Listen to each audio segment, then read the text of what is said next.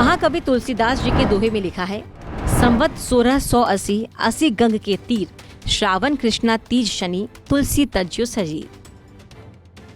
तिथि बताई, समय बताया, मृत्यु के दौरान तुलसीदास जी कहाँ मौजूद थे, इसका वर्णन किया गया।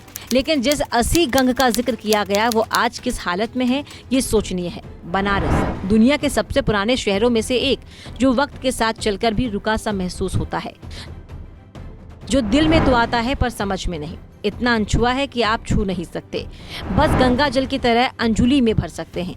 धार्मिक नहीं, आध्यात्मिक शहर है ये, जहाँ जीवन में मृत्यु साथ साथ चलते हैं। कई सदियां बीती और इस बदलते संसार में लोग ही नहीं बल्कि शहर भी बदल गए, पर बनारस आज भी वैसा है। मस्ती और हुल्लड़बाजी के बीच काशी बम बम नजर आती है। मुस्कुराहट के साथ रस से भरी गाली का अंदाज ऐसा निराला है कि मुंह से निकल ही जाता है, इहो राजा बनारस। पुराणों से भी पुरानी नगरी होने की मान्यता बनारस की है। पौराणिक मान्यता ये भी है कि इस शहर का न आदि है न अंत है। कलकल कर बहती सदा नीरा माँ गंगा इस शहर को तीनों लोकों से न्यारी बनाती है।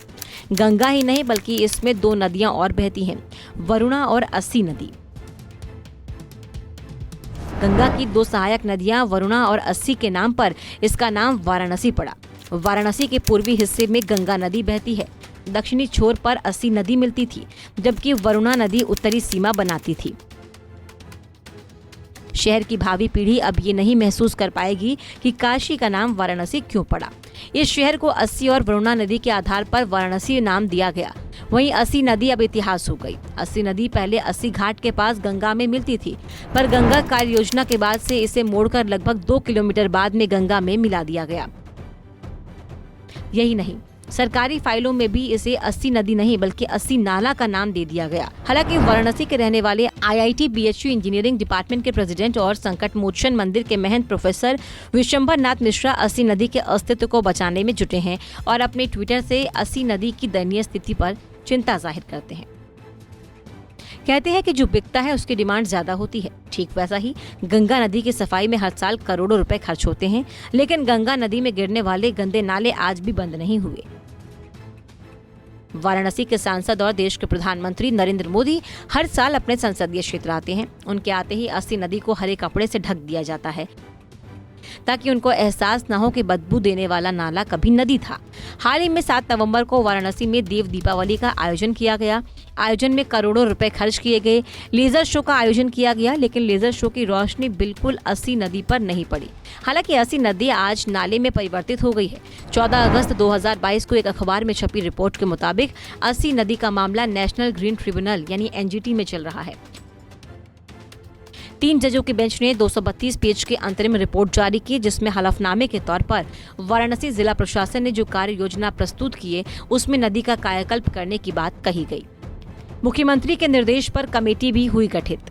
पौराणिक महत्व वाली अस्सी नदी की दुर्दशा को मुख्यमंत्री योगी आदित्यनाथ ने संज्ञान में लिया। नदी के पुनरुद्धार के लिए जिलाधिकारी कौशल राज शर्मा ने योजना बनाई थी।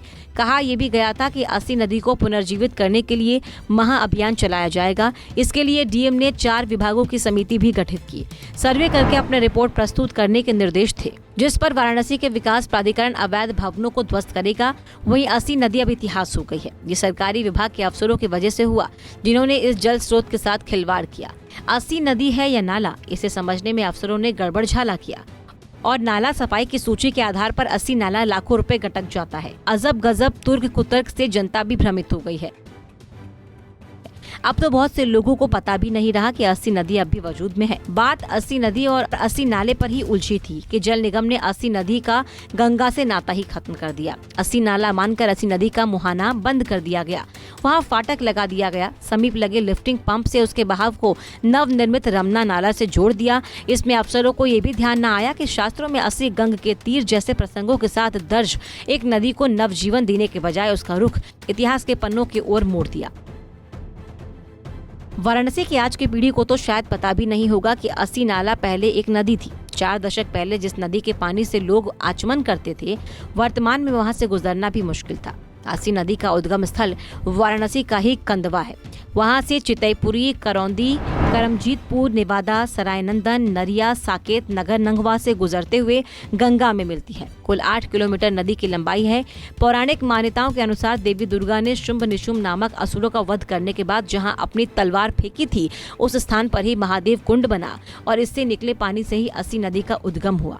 उम्मीद है कि कभी तो यह नदी अपने स्वरूप में आएगी, बनारस बदले लेकिन इसकी आत्मा बची रहे। Bureau report, Punjab Kesari TV.